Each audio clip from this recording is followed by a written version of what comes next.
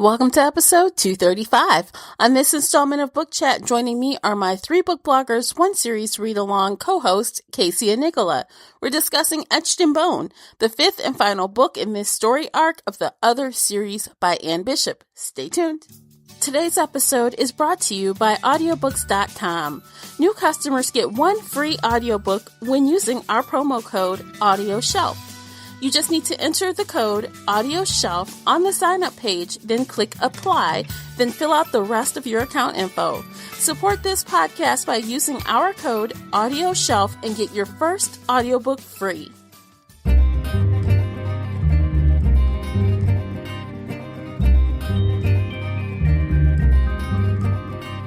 Hey everyone, I'm your host, Tamara Ford, and welcome to Book Chat here on the Shelf Addiction Podcast. Join in this book discussion by finding me on Twitter as well as my book blogger co-host.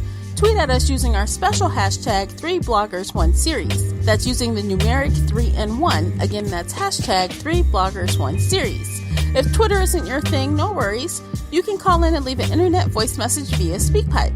Or you can join the Facebook group, Shelf Addiction Official, and talk about the series with us there.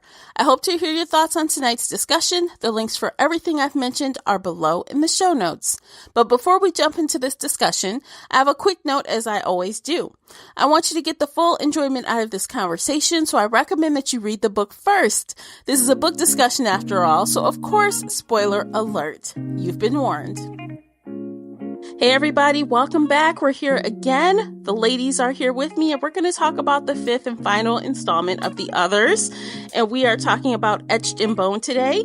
And of course, I'm going to always let them introduce themselves. So Casey and Nicola, please introduce yourselves. Nicola, how about you start? Okay, good morning everybody. This is Nicola. I'm a blogger at alphaheroes.net and just having so much fun with this podcast. Glad to be here. Yay, welcome. Casey? Hi, everybody. I'm Casey. I'm a reviewer over at Literary Escapism, and I also have my own editing, a Heart Full of Ink, and I am so excited to be here on this podcast, too. Yay, I'm glad you're both here, and Yes. I'm ready to jump into this finale. And first, let me just say, I'm glad it's over, if that's going to set the tone. Sorry, guys. But that's kind of how I feel. I'm very glad it's done. I would love to know first how you guys felt about the finale. I am also glad it is done. Yes. Yeah. Oh my God. I'm gonna have to say this is more of a whimper than a bang as far as series finales go. Oh my God.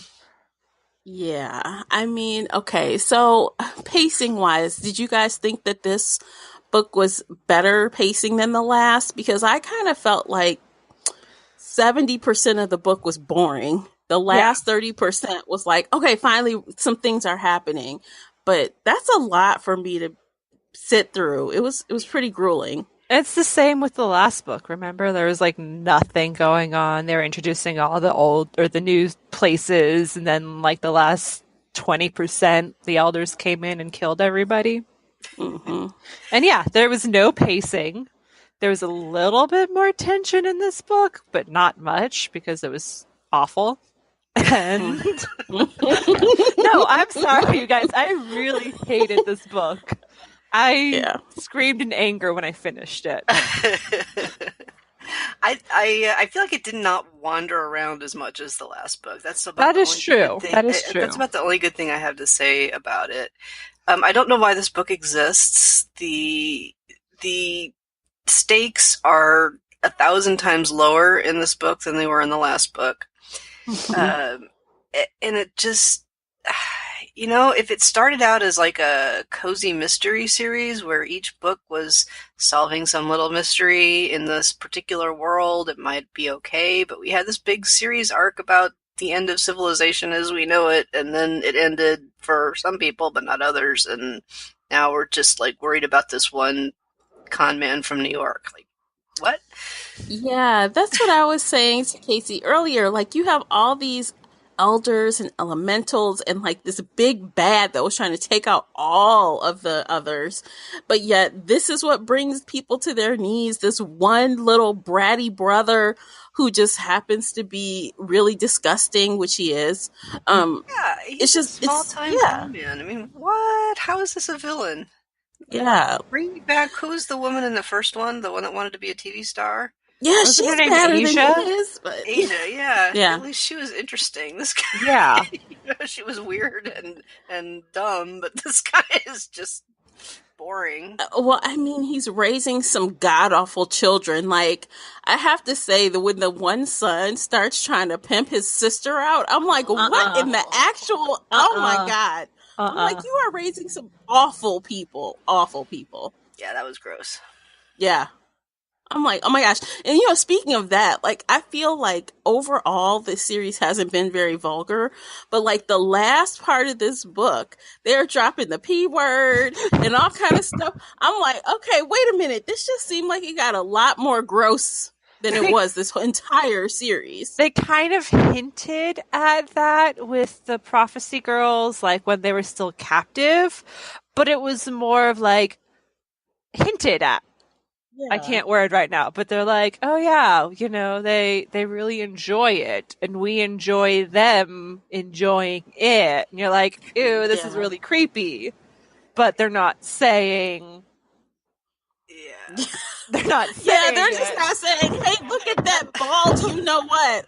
Or, you know... Yeah.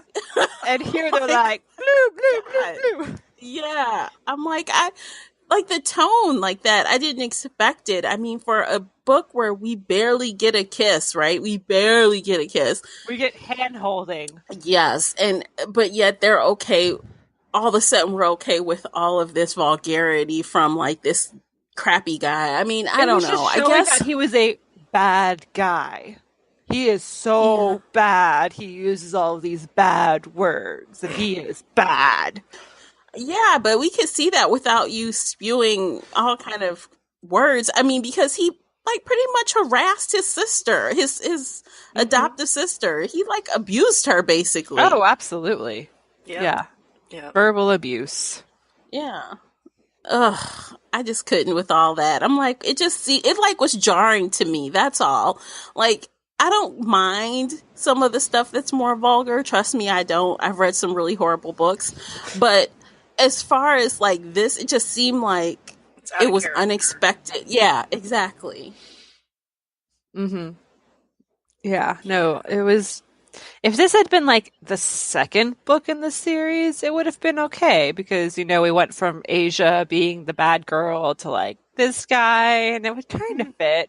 But being the last book after everything of like the world is going to end. And then we're like, I mean, if it was like a Hardy Boys kind of series where it's just a whole new story every time in the same world, but you're not building up to any series arc, it'd be okay, maybe. But I mean, the world building could be the subplot. Like, you know, you have the first book where you introduce everybody, the second book where you have a slightly worse bad guy, and, you know, there's the tension in the background, and then you build up to that tension. But as the last book in the series? No. Yeah. I wonder, there are a couple more books in the world, so I wonder, and I don't wonder enough to go read them at this point. No, but I don't, that's what I was saying. I don't have the patience to find out. So I don't know. I mean, honestly, this book was just boring. That's its big offense, right? I mean, there's a whole, there was this whole page about how they were going to do their laundry, right? Mm-hmm. And I highlighted it because I was just scratching my head. I'm like, what? You know? and so it, like, the author transitions away from the conversation about how they're going to take turns using the laundry machine and says, while this talk about laundry was interesting up to a point, I'm like, no, it's not. It's not interesting at all. You know, the author dives into these minute details of how people are trying to live, but it's not interesting because it's not that different than any world that we're familiar with. You know, it's just, Like, why would Simon concern himself with how often they have to wash their clothes, Yeah. or whether they have to take, it goes so deep into such trivial stuff that it just kills the pacing, and it just wanders. It's just like, why? I feel like it's for word count. Like, it does feel why like else do padding. you need to go into that like that? Or even like the types of meats and the cooking and the constant talk about meat. Oh my God. Yeah, my God. Not a series for the vegetarians among us. Yeah.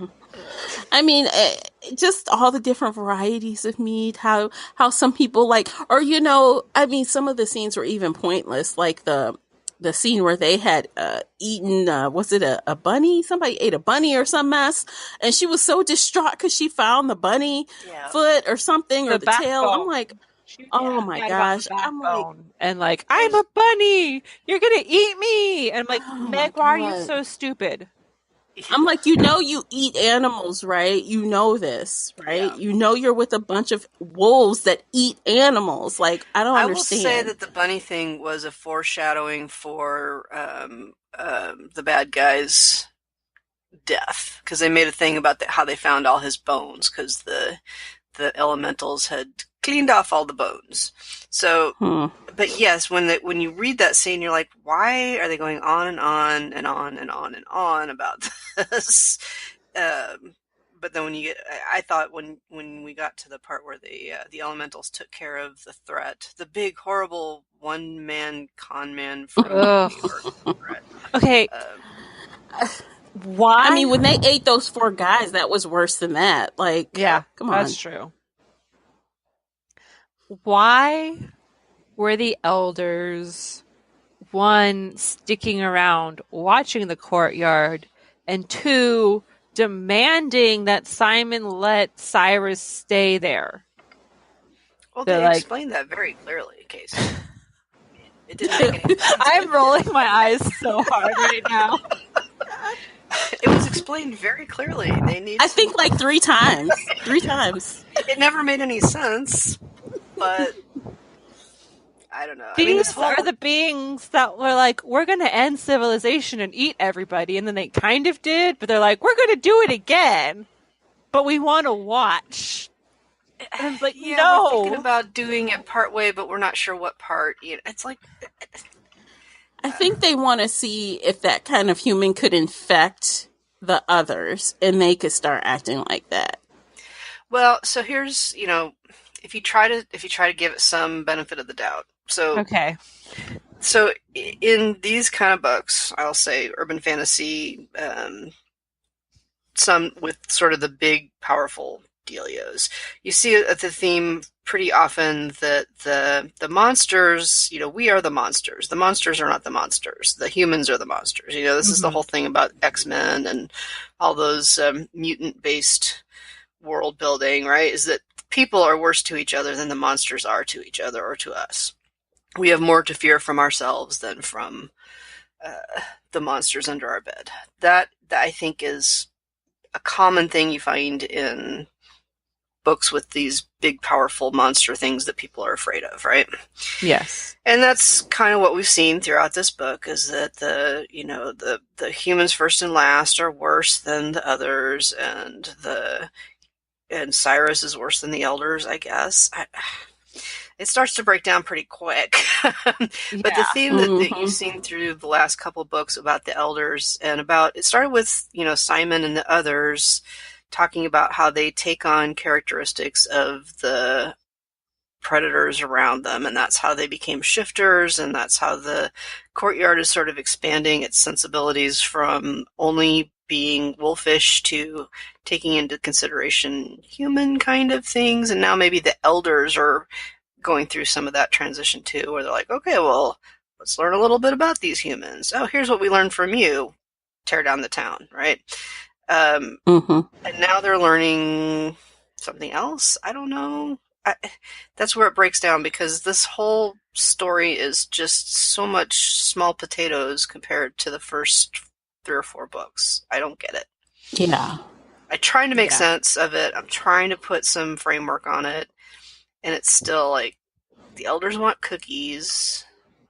Yeah, that's so stupid. Oh my God. Oh my God. I highlighted Why? passage where he was like, the male studied his hands and claws that had fingers that could write. And I was like, what? Right, they're stealing paper and pencils to write that they want cookies and that whole thing. I'm like, oh. Like, I guess that was supposed to be funny. I don't know. It wasn't. No. The whole thing with the elders just was so inconsistent and so just kind of dumb. I lost They're my supposed faith. to be the big bad. They're supposed to be worse than the others. Make them scary. Like, nothing about them was scary to me. I'm like, they're supposed to be like the worst nightmare of everyone, but I'm not feeling that while they're asking for cookies and laughing at Meg. I'm like, get out of here. Right? Yeah. No. Yeah. I mean, they're humanizing the elders, kind of. I don't know. And you talk about the scale of them, right? How big are they supposed to be? They're like, they tower over Simon, right? So they're 8 or 9 feet tall, maybe, or more.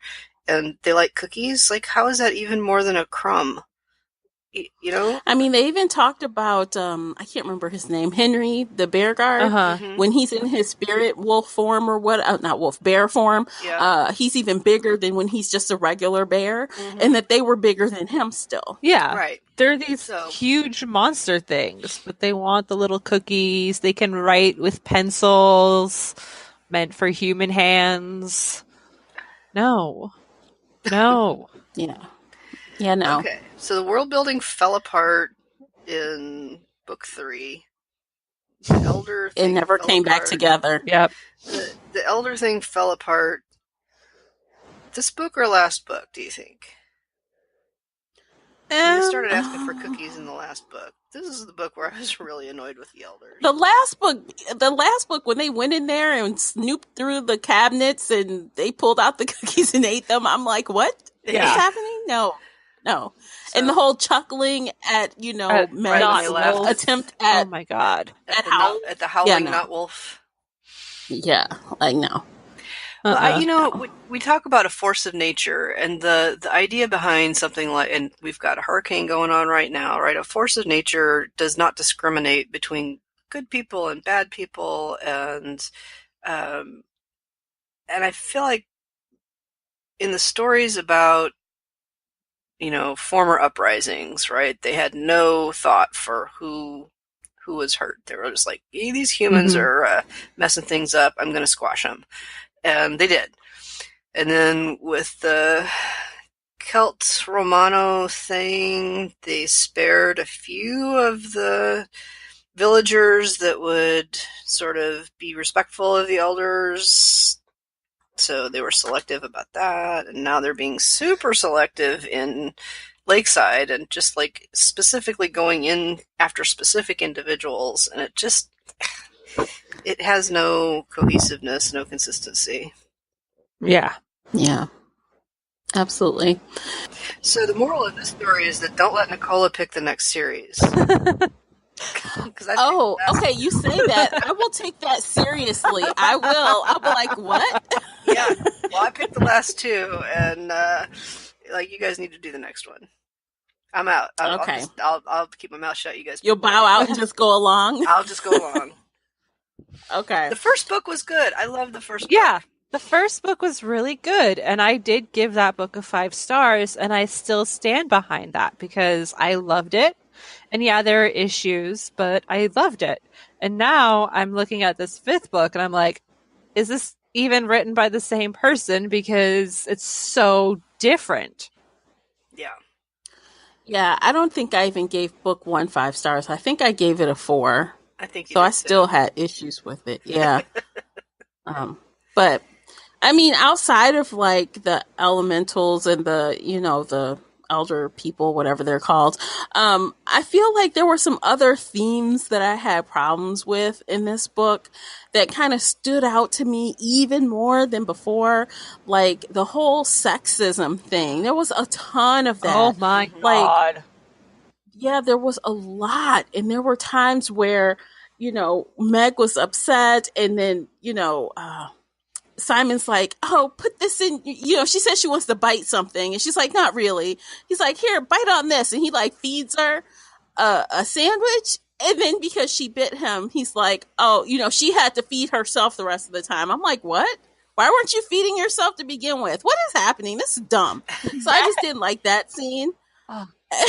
And then, the whole female cop thing was this big ordeal. Like, how dare you want to be a police officer with a gun? I just... Yeah, for a chapter. Whatever. Like why... Yeah, why did this... Yeah. And then she disappeared and never came back. Yep. Well, she wrote a letter. Oh. She wrote letters. Was that the same chapter, though, when she wrote the letter to the veterinarian that was writing the letters. Oh, don't get me started on her and Buddy. That was bullshit. Yeah. That was bullshit. It was. It was awful. No, but the cop did write a letter, too, because she said, oh, even the I forgot what they call those people there. They helped me pick out a horse. Oh, right. What's her face is happy with me being her roommate as long as the dog gets along with Buddy. Blah, blah, blah. It was her writing the letter at that time, too. Okay, but you're right. There were like 2 letters, then nothing else, right? Or did I miss another letter? Yeah. I don't know. I just remember that. Yeah. No, it was... Yeah. Maybe that's setting up for the next, like, in the world, and they're gonna go see her be a cop later. But... Oh, I doubt it. It was pointless and just sexist and awful, and all of the female tribe. They're cooking. They're doing this thing. Don't scare the females. The females. The females. I'm just like... Yeah. Yes, where the females get together and cook all the food and... organize the parties, and don't worry them about this kind of thing. They don't need to know. Yeah. Let's not bother the exploding puffballs or what poof balls or exploding puffballs. Puffballs. Yeah, I'm like, oh God. Oh. If anybody calls me an exploding puffball, I may punch him in the face. Watch me explode. I don't know. Yeah. I mean, for whatever reason, the male-female dynamic was set in about like 1850 in these books, along with the telegrams. I guess I don't know. Those fucking telegrams. And why would you do that? Right. That's an author's choice, right? And it had nothing to do with the technology. It had nothing, and it didn't really start that way, right? Because Asia was kind of, not independent a housewife. She was not a housewife, and there were girls wanted to be an actress. College. Yeah, but and an investigator, right? Yeah. So, I mean, she's misguided and dumb, but she had ambition. And I feel like it degraded over time, and I don't know why. If they were just setting up these sort of 19th century-ish villages, I don't know. It made it was annoying. It was the worst in this book. Mm-hmm. Yeah, and then throw some prostitution in for good measure. Woo! Let's just throw that in there. But let's kill her with poison, and that's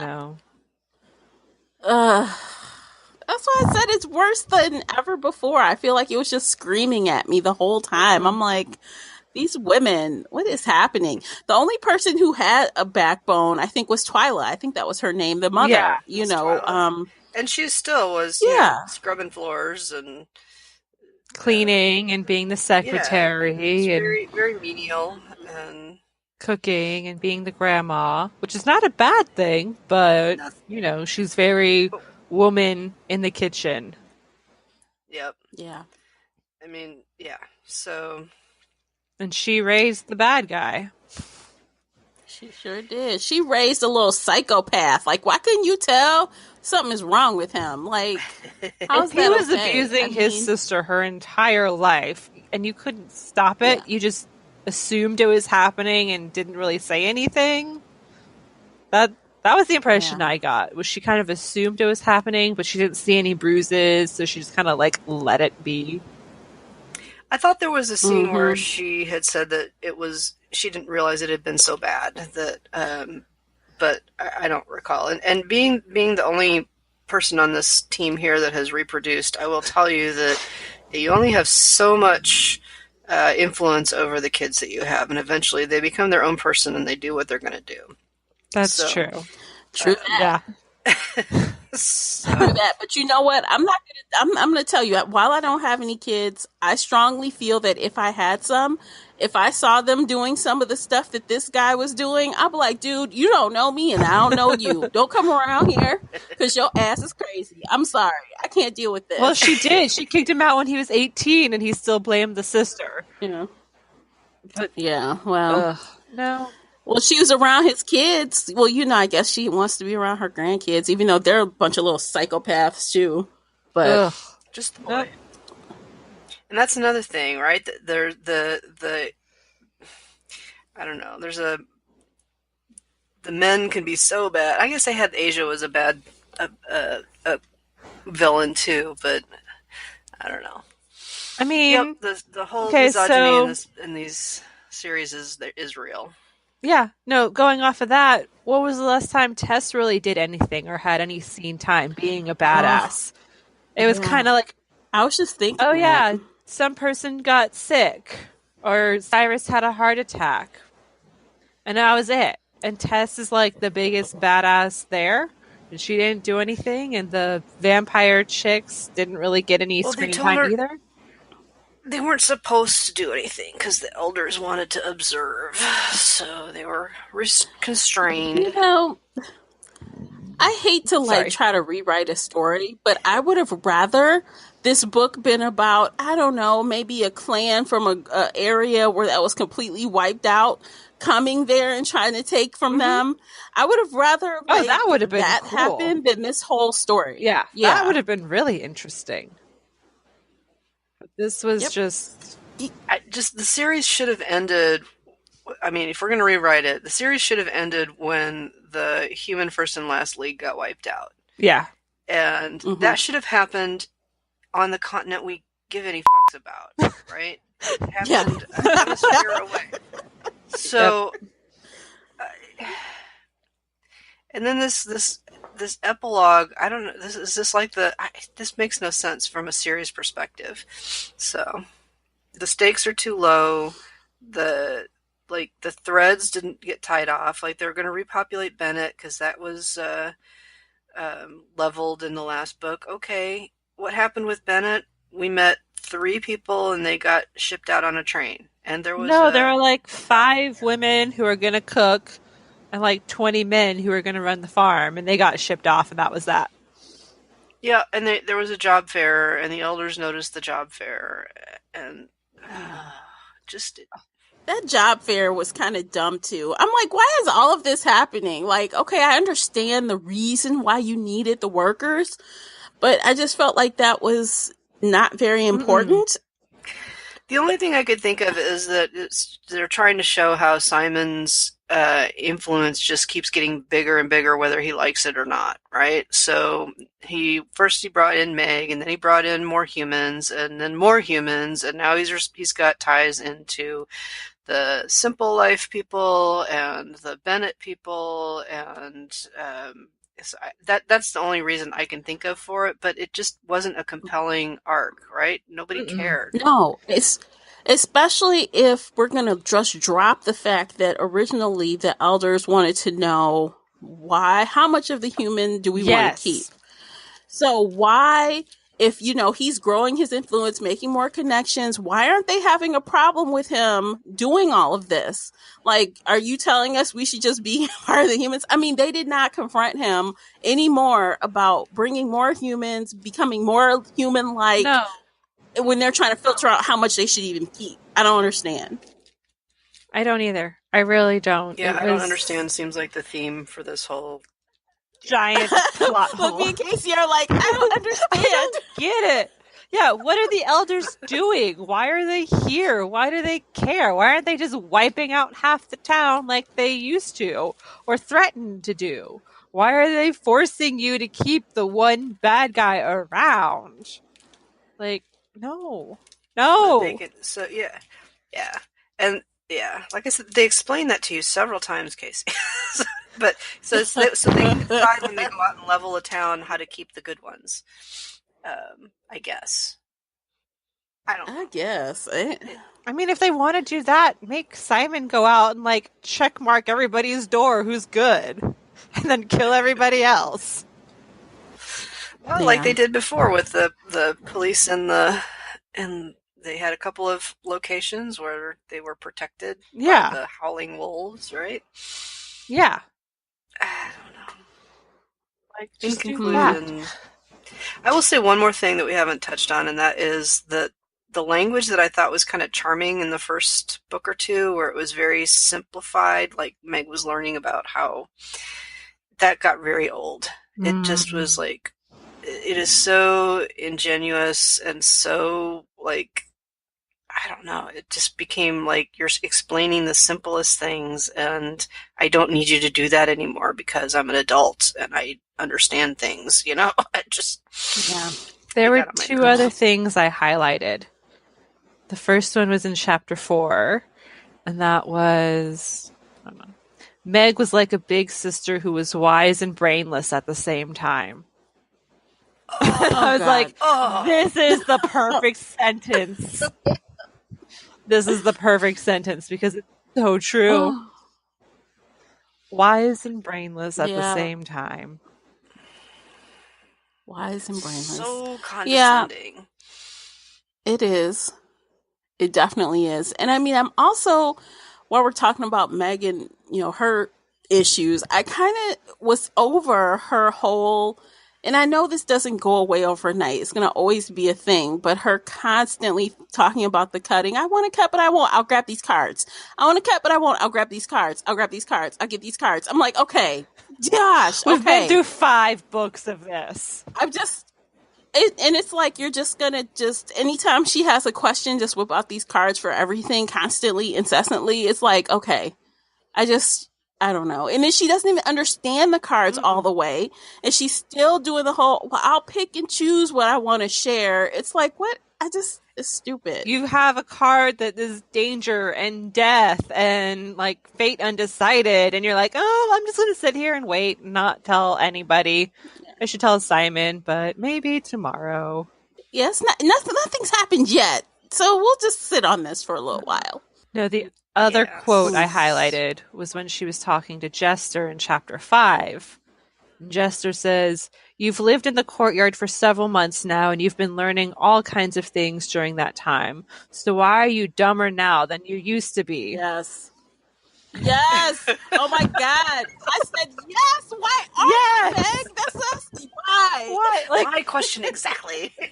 She's calling herself out, or the author's calling herself out in her own book, but then she kept doing it for the rest of the freaking book.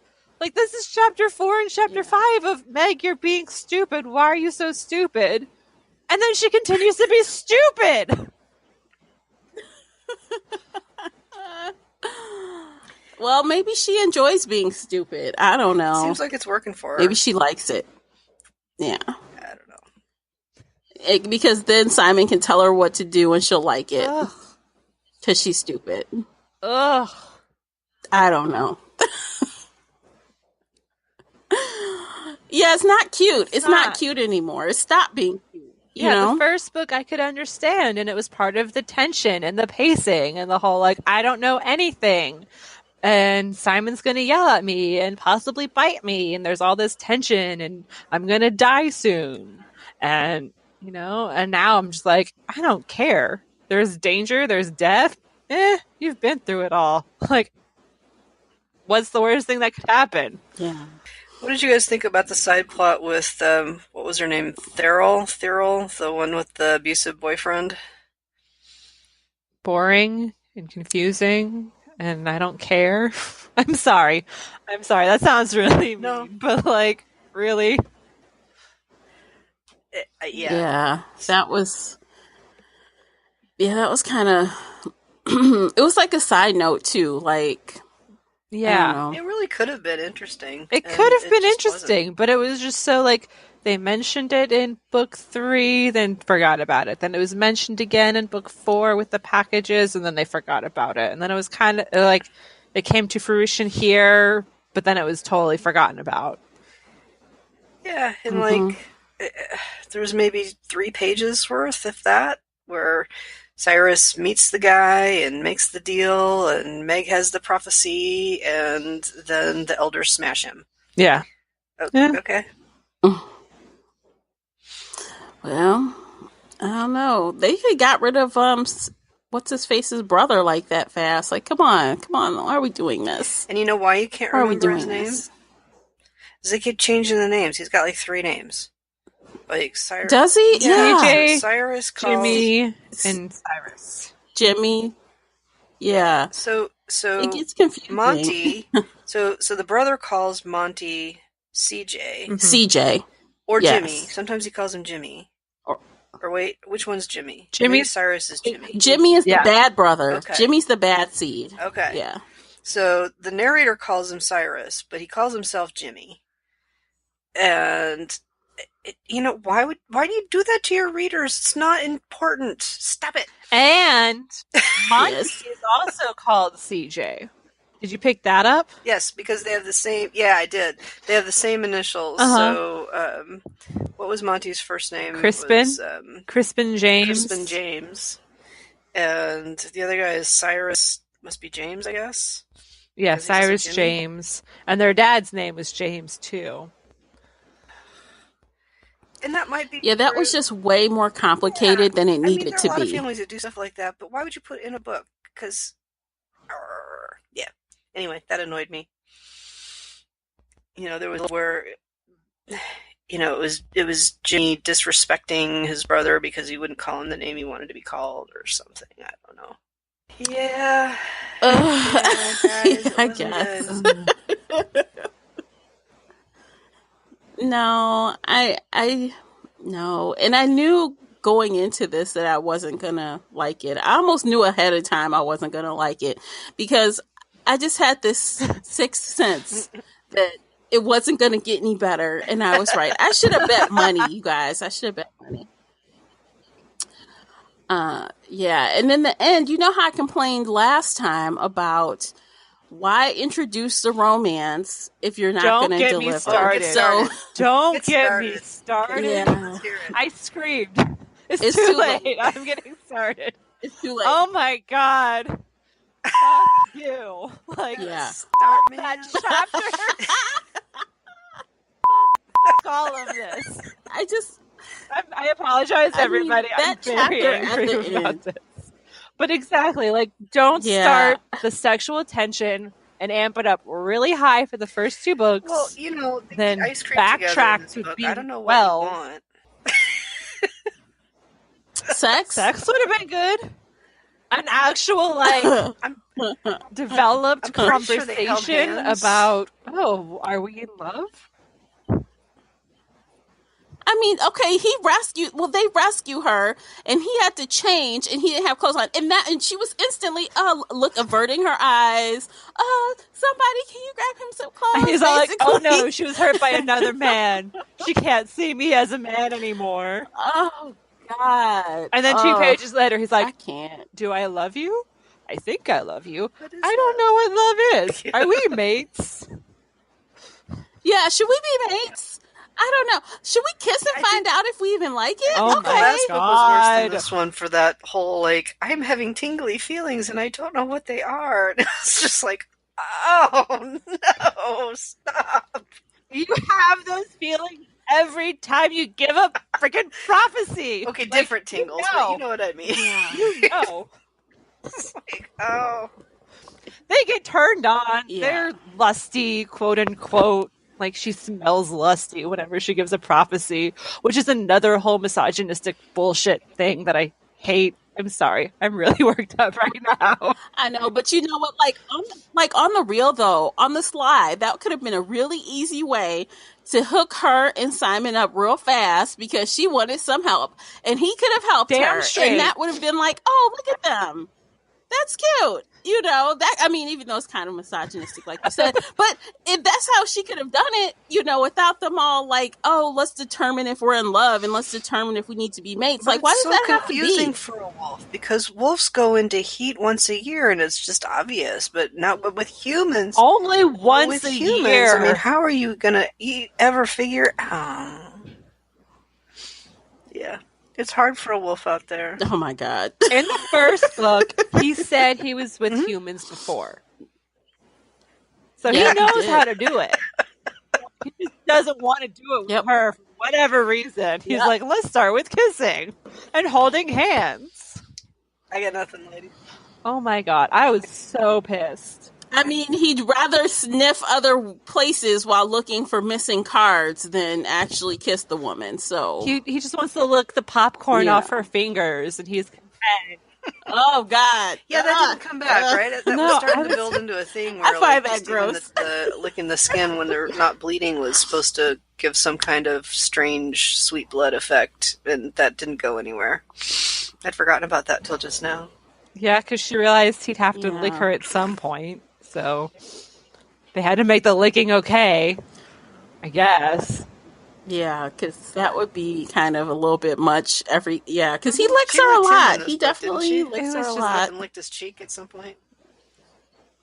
She did at one point. She licked his cheek, and he was like, he almost was like, "Oh, that was so sweet." He licked my cheek. No, just if you're gonna give me a love story, give me a love story. If there's no Sweet Valley High with werewolves. I swear to God, let someone lick my face.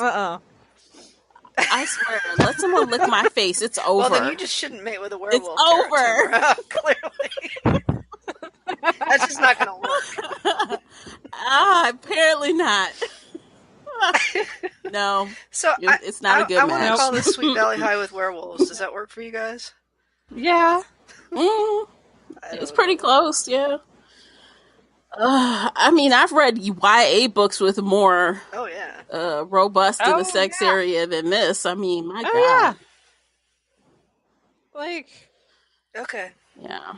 And it's like, to me, it's a balance for me. Like, I don't need, like I know I've mentioned this before, but I'm mentioning it one more time. I don't need to have sex on the stairs every 2 minutes or whatever.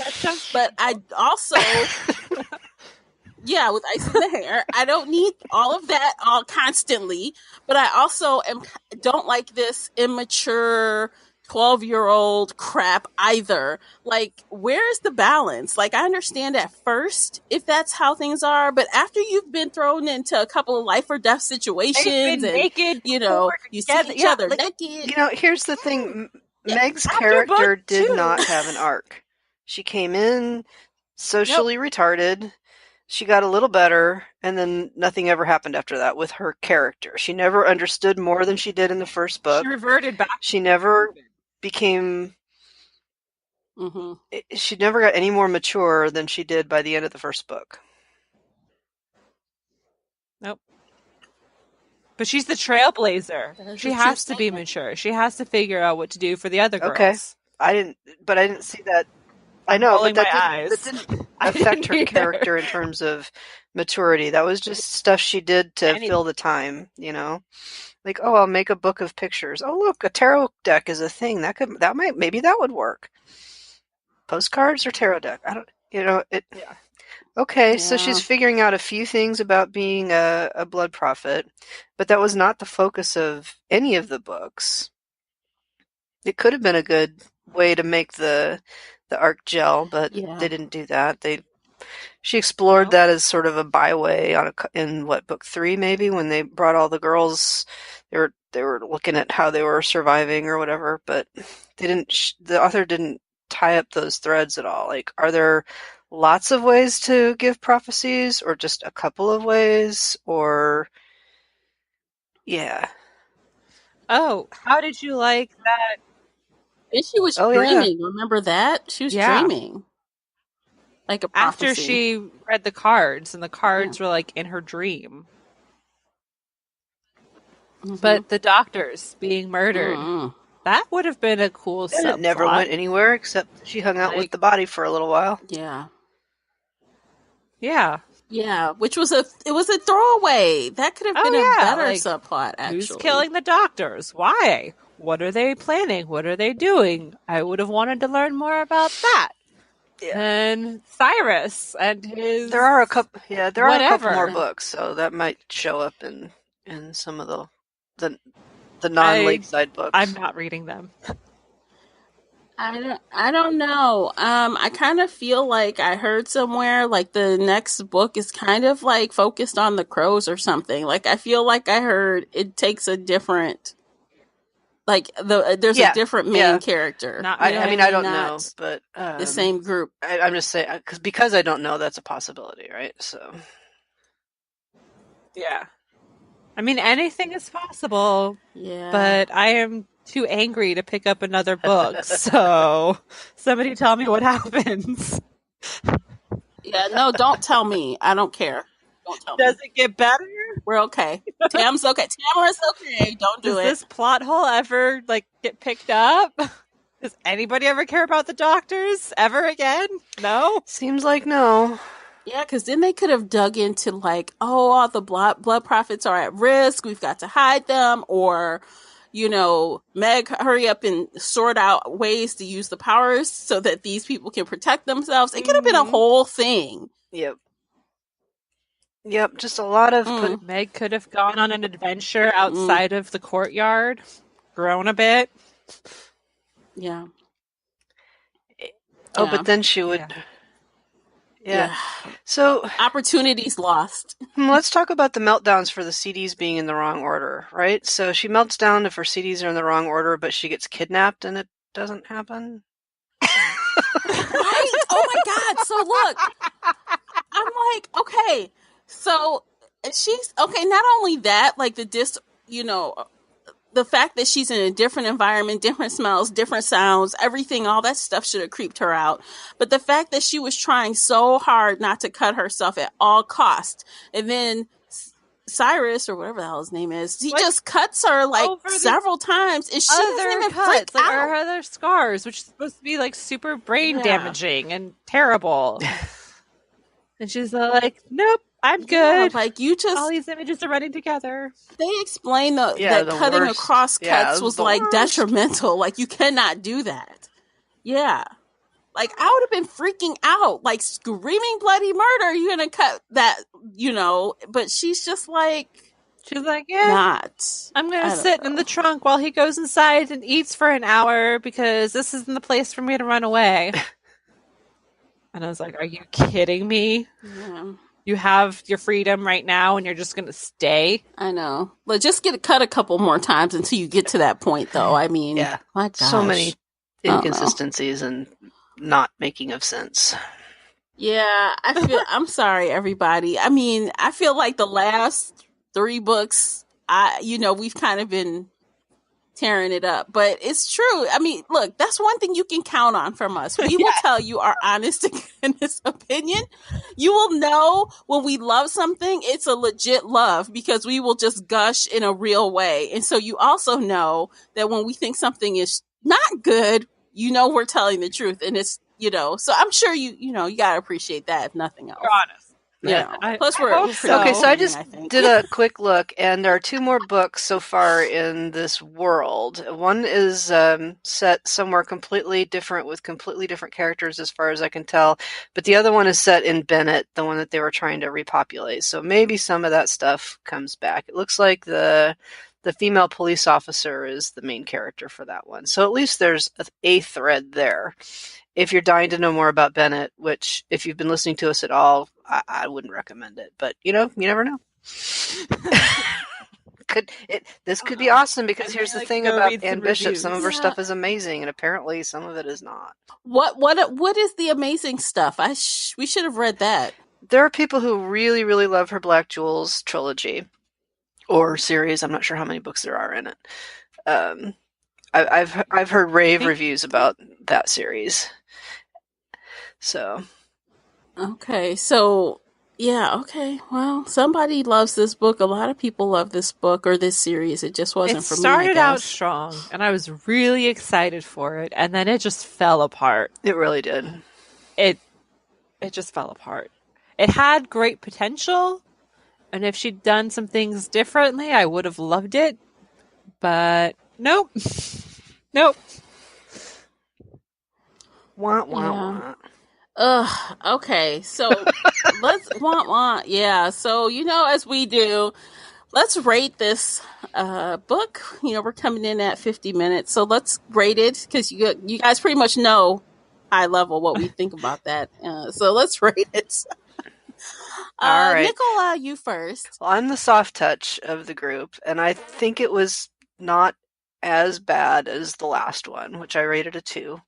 If Tamara would let me do half stars, I'd call it a 2.5. This one might be a 3, but it's really not a great series finale. It's not what I want from a series ending book. So, I don't know. Mm-hmm. Somewhere between a 2 and a 3. I'm going to make it a 2 because it should have been better as the finale. Okay, Casey? As you can tell, I am very angry at this book. I am very angry at this book. There were so many plot holes and inconsistencies and things that just straight up didn't make sense. And that last chapter, I screamed as I put the book down. Yeah. It was like, are you kidding me? I waited 5 books for that one page of, are we mates? Are we in love? I don't know. I don't know. I'm still so angry and bitter over that I'm giving it a 1 star. Like, I can't do anything higher than that. Okay. For me, I'm going to come in with the same rating as last time, which is a 2. It took me 5 days to finish this book, and I've literally just finished it right before we hit record. Like, literally. It's almost... It works so hard. Yes. It was a struggle, and like I mentioned earlier, it took a lot for me to finally feel like the pacing was where I liked, where it started getting interesting, and the rest was just filler. It was 70% filler to me, and that's never good. But, you know, I feel like I still liked some things, so that's why I'm going to go with the 2. But I definitely would never recommend this series for people that love the same books as me. So if you love the same stuff as me and we rate things similarly, you should just avoid this series. So, yeah, that's that. And another series comes to a close. Yes. The 3 book bloggers take down another series. That's becoming our thing. We're like, let's find a good series and take it down because that's what we're going to do.